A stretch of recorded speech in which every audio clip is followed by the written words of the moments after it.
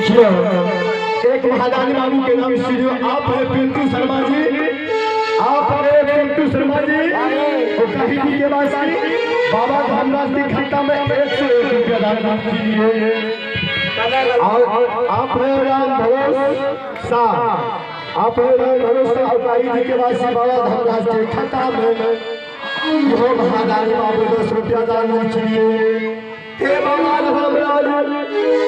महादानी बाबू सबके शेर में सवार करियो, बाबा भोला दया करियो, माँ भगवती ईश्वरी समाज से लिख रखी हो, महासरस्वती